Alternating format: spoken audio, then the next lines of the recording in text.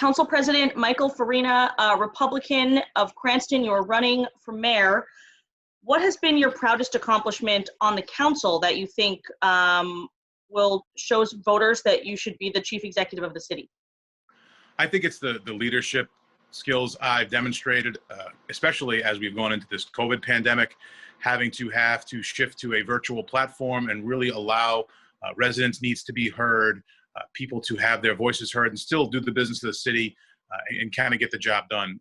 Of the things I'm the proudest of is collaborating across the aisle with every member of the council to really do what's best for Cranston. And I view this position as there's no Republican idea or Democrat idea. It's really good ideas to drive our city forward. And I will take that with me to the mayor's office.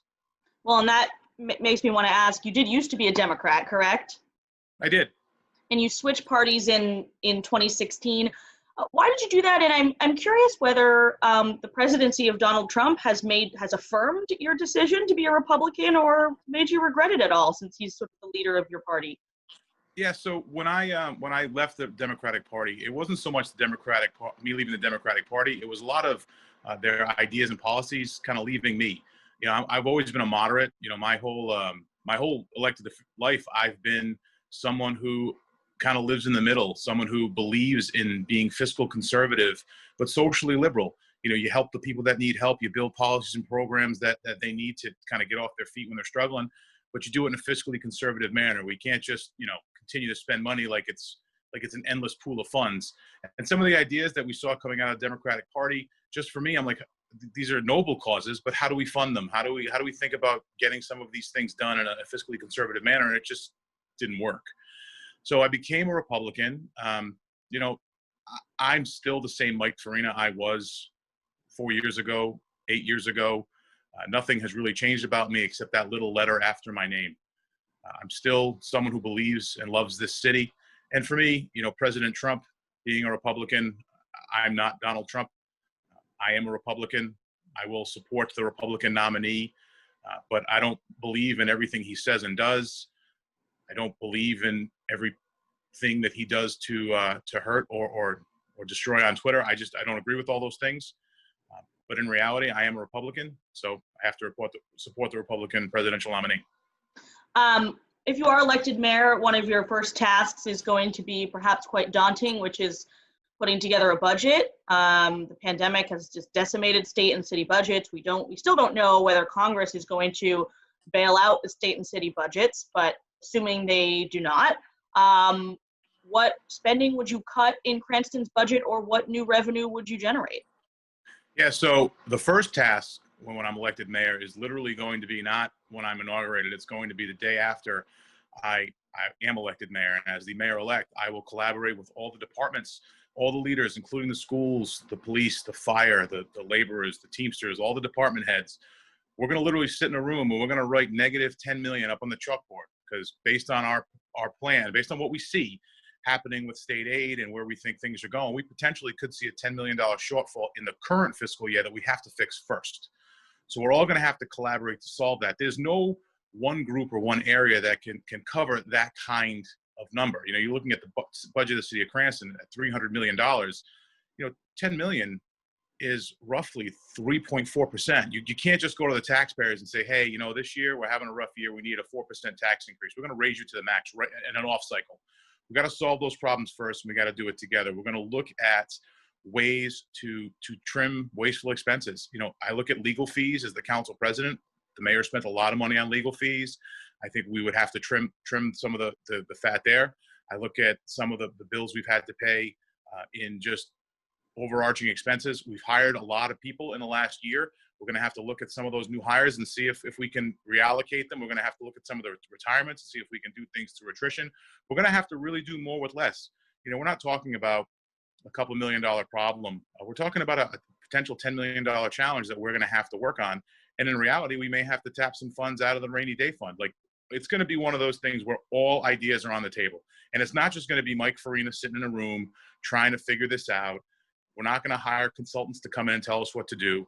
This is all hands on deck. We're all going to get together and we're going to solve this problem together. Aside from the budget, what do you think is the biggest issue facing Cranston as a city, and how would you address it? I think the biggest issue we have right now today, it played out last night at the school committee meeting. It's going back to school and going back to school in an effective manner and making sure our kids and teachers are safe. You look at some of the challenges we have in our buildings. Some of our school buildings are very old, and we have to work. We worry about ventilation. We worry about air circulation. It's more than just getting them back to school on a staggered approach. It's solving those problems, and these problems will have to be solved soon. This is something that will probably happen during the election, as I'm sitting here as council president, having to work with the school committee and the school department and the mayor's administration to solve a lot of these problems. I do think that will continue into 2021, as the next mayor will have to deal with the outcome of the bond. This is a $150 million school bond that's on the ballot this year, that if passes, the superintendent had planned to do five schools with it. We may have to change that and update that trajectory and how we're going to spend those funds to basically help us do some of the work coming out of COVID. I was going to ask you. It's going to be, it's okay. It's going to be a lot of work, and you need someone who's ready for the challenge and who has the fiscal background to actually get the job done. I was going to ask you about last night's school committee meeting, and I'll note when I say last night, we were taping this on Thursday morning. The committee approved a hybrid reopening plan for students to come back to school. Do you agree with that, or do you agree with the teachers who think school should start fully distanced, or do you agree with the governor who thinks everyone should be back in school 5 days a week at least by mid-October? So I'm pretty torn. I believe we should send kids back to school, but I do understand the challenges of the teachers and of some parents who feel that maybe our schools aren't ready. And when you look at some of the school buildings, I went to Oak Lawn School. My kids go to Oak Lawn School. My son is going into actually 6th grade now at Hope Highlands. My daughter is still at Oak Lawn School. I went to Oak Lawn School. When I walk into that school, it looks the same as it did when I went there in the 80s. So for me to sit here and say that that school is prepared, and that's one of the better ventilated schools in the city. There are some windows that don't open. There are some air conditioners that don't work. So we have some challenges that we need to fix. And I think the concern for teachers is, what is the district's plan to solve these challenges? And are those things funded by the governor, or are they not? If she really wants to get people back to school, and this isn't a Cranston problem, this is a statewide problem where our school buildings have been neglected by whoever it was in the history of the last 20 years. And now we have a COVID crisis where we want to send kids back to school, but are they safe? And they're doing walkthroughs of schools now. But in reality, you set a date, but you haven't walked through all the schools yet to understand if that date's even realistic. And that's kind of the challenge I think a lot of parents and a lot of teachers are having, that they're walking through schools in Cranston today, but she's already set the date of mid-October that everyone has to go back to school. So if we find something that needs to be fixed, we don't have a lot of time to go hire a contractor and fix windows and take down curtains or rip up carpets or do things that in a post-COVID pandemic, because we're still in a pandemic, we have to do to go back to school safely. I really think that's the biggest challenge for us all to figure out collaboratively going forward. So I think kids need to go back to school, but we got to make sure the schools are safe. We got to know what the mandates are, and we got to know, is she funding things that need to change? She said in her press conference that, she walked all the schools and all the schools are ready to go back. What does that mean? Does that mean you've tested ventilation? Does that mean you've looked at all the windows in all the schools to make sure they open and we can get airflow in? What does the fact that she's looked at that mean? And why are they walking through our schools in Cranston today, this week? So those are all the challenges I think we have and parents are feeling right now. I've been getting a lot of calls and text messages over the last 24 hours about the school committee meeting and about the plan. I haven't 100% seen the plan to digest it because this wasn't one of the 3 that was presented to the school committee. I believe this was a kind of a hybrid approach. Yeah. I've seen some detail on it, but it's all from Facebook.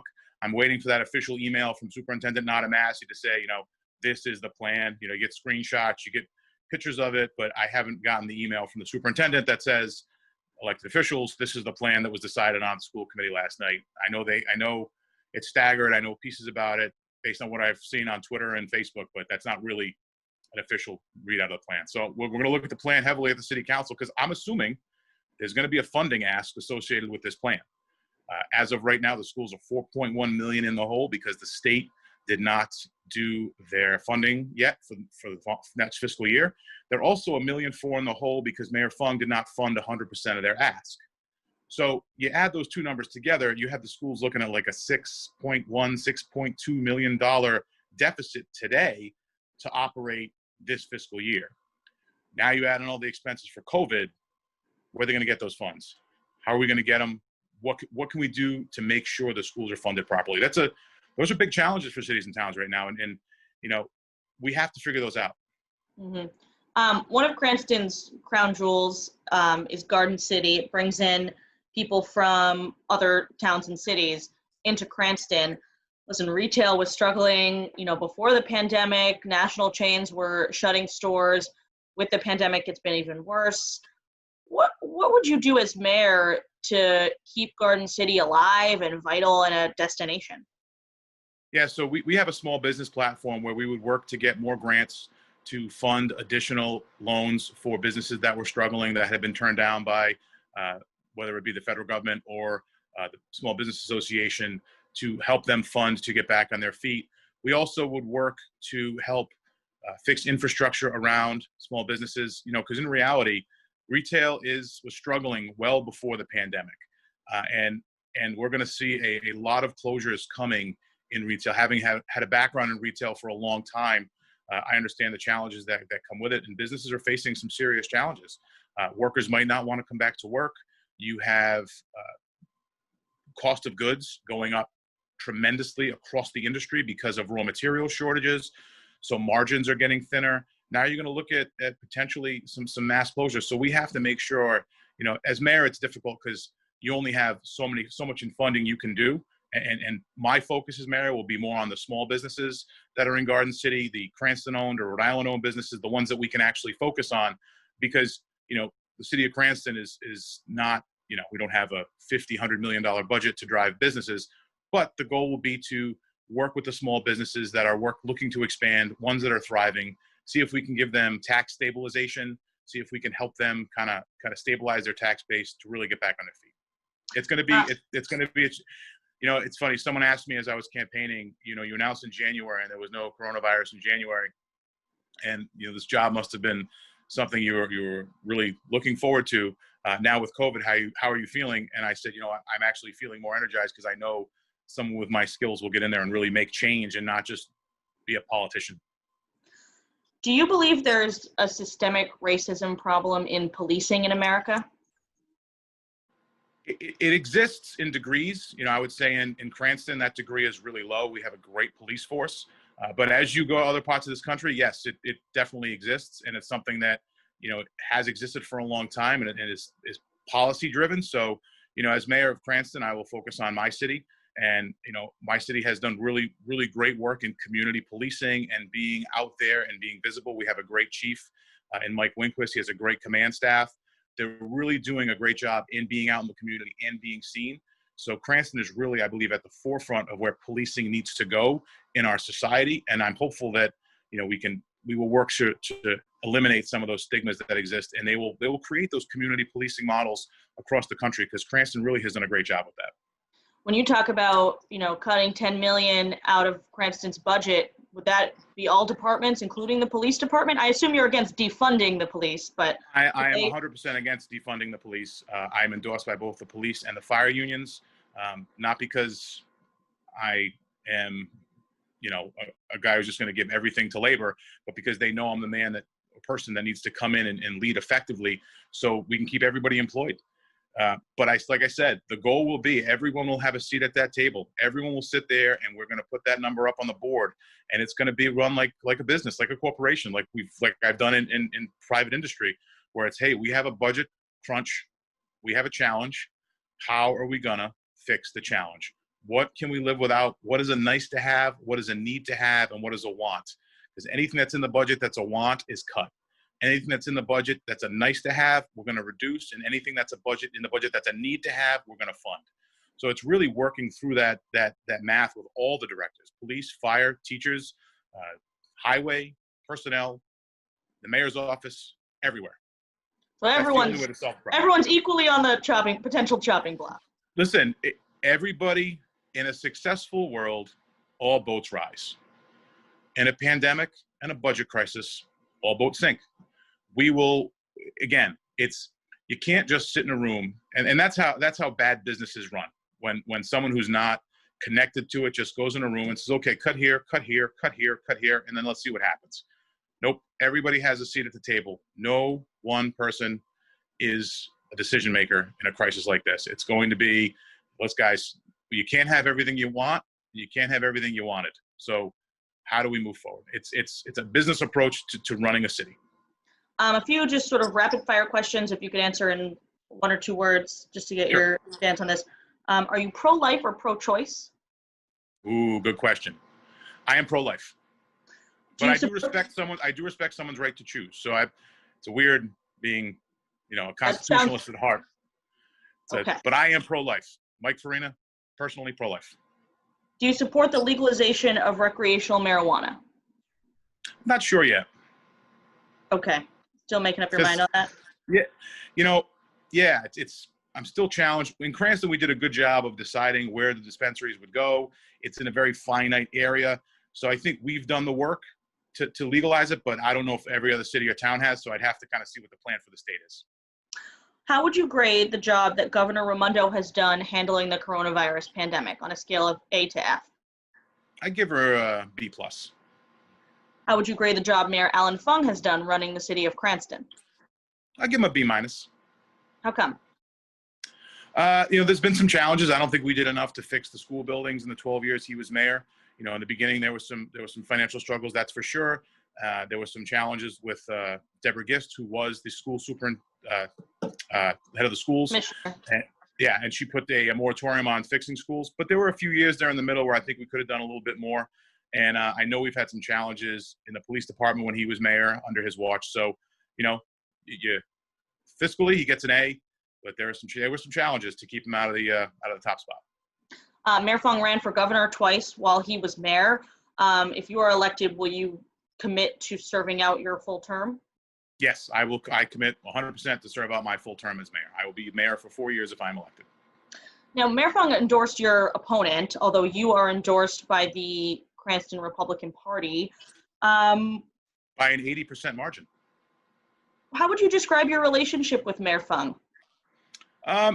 We discuss things when we need to. I'm at the end of the day, I don't need to talk to Mayor Fung on a daily basis. I'm the head of the legislative branch. He's the head of the executive branch. We are kind of the checks and balances for the mayor. So in reality, you, as an elected official, as a legislator, you shouldn't be talking to him every day because it's our job. We're tasked to make sure the things he does are effective. But during crisis and during the pandemic, I've talked to him via email every day. I receive updates from him during the riots that we had at Garden City. So we talk. We're both professionals, and we still do our jobs as we are elected to. But we're not having coffee anytime soon. Maybe after Tuesday, after I win. Who are you supporting in the House District 15 race? Speaker Mattiello or First Lady Barbara Ann Fenton-Fung? I'm not supporting anyone in that race, only because the mayor has supported my opponent. So, I don't really think it would be prudent for me. His wife is a different person than him. Yeah, but she's not supporting me either. So we'll let them run their race after the primary. We're all Republicans. We might be able to kumbaya. We'll see what happens. All right, so you're staying out of that one for now. I'll just give you the last word. One last thing that you'd like the voters to know about you as they go to vote on Tuesday. I would like to let the voters know that of all the candidates in this race, Republican or Democrat, I have a unique set of skills that will allow me to be ready to lead day one, driving cost savings. It's what I've done for the last 20 years in corporations, helping them lead. I've been the council president. I don't need any on-the-job training. I don't have to hire expensive consultants to help me run the city. I will be there to fight for you. Mike Farina, City Council. I love this city. One last thing. I love this city. I've been here my whole life. I met my wife in Spanish class at Cranston West. My kids go to the same schools I went to. I have a vested interest in the success of this city.